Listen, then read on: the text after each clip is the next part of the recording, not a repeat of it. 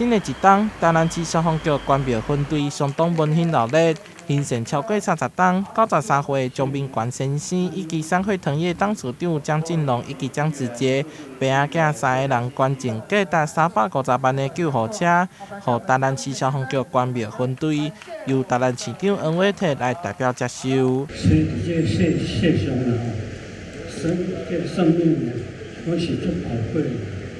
大家会当过好，会当开钱。因两个兄弟仔讲，爸爸我事先有甲你讲，我两个吼，用我因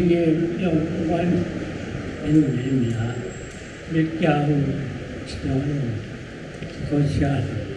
这台救护车配备上先进的设备，全部也拢依照第一线救护人员需求来打造，提高急救成功率。现在已经有61台12导程心电图，所以在最短的时间内，对于伤患病患的抢救，在第一时间就能够协助判断他大概是不是心血管疾病还是什么样的疾病，然后在远端医院就能够救护小组就紧急待命。这部救护车直接就有配备这样子的设备，所以对于咱新丰区尤其是咱关庙地区咱这个